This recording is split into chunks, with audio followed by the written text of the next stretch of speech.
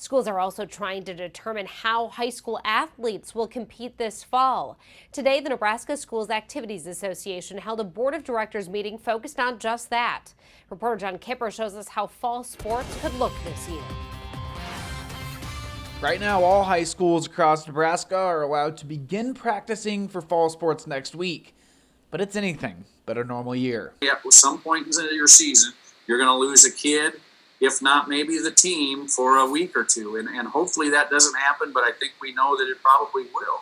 No school district or high school has come out and said they're not starting sports next week. But principal of Omaha Northwest said in the board of directors meeting Monday, many Metro Class A schools are bracing to not start next week.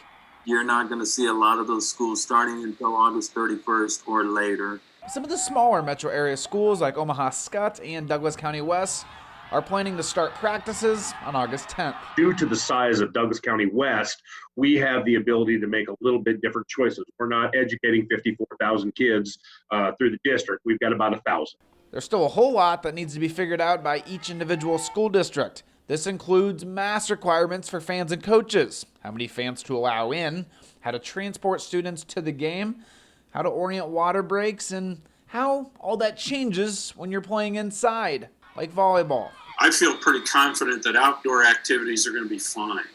I'm just really concerned about the indoor ones. One concern for Bancroft Rosalie Superintendent John Cerny is the volleyball athletes being too close to the fans during matches. I don't want to send my kids into an environment at another school where they're not taking serious precautions. While so many things such as the volleyball issue are still being sorted out, practices are likely to go on next week with a few COVID-related changes, all with the hopes that the student athletes get something of a fall season in 2020. It would break my heart again if we're not able to see these kids compete for their school. That's just tough, and we don't want to see that, but yet we got to keep these kids safe as well.